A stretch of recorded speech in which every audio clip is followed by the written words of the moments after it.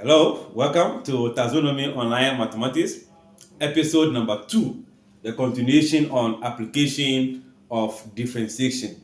We are taking linear kinematics. So a ball is thrown vertically upwards and its height after t seconds is h meter, where the h as the height is given in terms of t. So you have to find the height, the h, and the velocity after 2 seconds. Then when it is momentary at rest, we know from the first episode, when the body is at rest, it means the velocity is what? 0. Alright. Then the greatest height reached. For the body to be at the greatest height, the body must have a 0 velocity at that point. So at the point where the velocity is 0, what is the time? You put it here to find the greatest height reached. Pause the video and do that and compare. Alright, so from here, the first thing I am asked to find is the distance or the height. So I can say that if h equals to 30t minus 5t squared, when t is 2 seconds, that's what they say, your distance or the h will become 30 times 2 minus 5 times 2 squared. This is the second episode, so let's be on top. Alright. Will give us what? 60 minus 20, right? This is 4 times 5, 20. That will give us 40 meters. So the height at 2 seconds will be 40 meters. Now let's find the velocity. We know velocity is what? The change in displacement over time. The displacement in this case is the height. So if we differentiate this, a constant in front of a variable without the power, which is power 1, will be only the constant.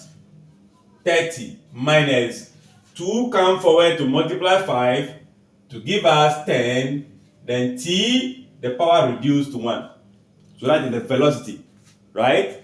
So I'll say that when the time is now 2 seconds, your velocity becomes 30 minus 10 minus what? 2. 2 is a 10 times 2. And that will be 20, right? So 30 minus 20 will give us, this is 20, 30, so 10 meter per what? Seconds. Distance divided by time. So meter per seconds. So that is for number A. So for B, we are looking for when the body is momentary what? At rest. So we say when the body is at rest, your V will be equal to 0. That is what it means. So if V equals to 0, this is the V. So I'll be having 30 minus 10t equals to 0. We transpose that. So we have 10t equals to 30 divided by 10. Then t is going to be 3 seconds.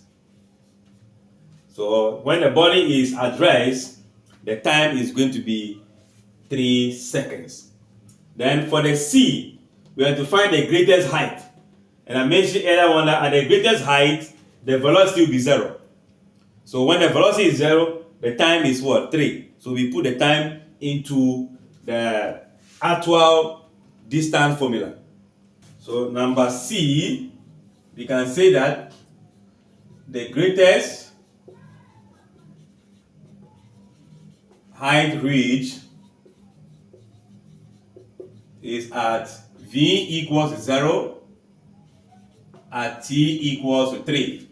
So H will just be equals to the 30T, which is 3, minus 5, 3 squared.